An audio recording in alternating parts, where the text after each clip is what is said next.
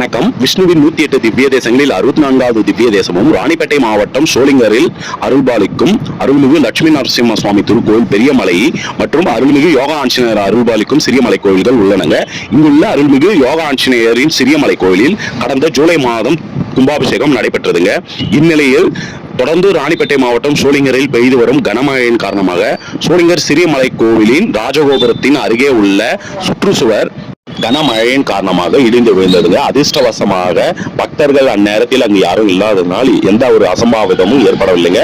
தொடர்ந்து கோவில் நிர்வாகம் அங்குள்ள மின் கம்பத்தில் மின்சாரத்தை துண்டித்தனருங்க. தொடர்ந்து தற்காலிக பாதுகாப்புக்காக கயிறு மூலம் அந்த பகுதியில் பக்தர்கள் செல்லாதவாறு தடுப்பு ஏற்படுத்தியுள்ளனருங்க.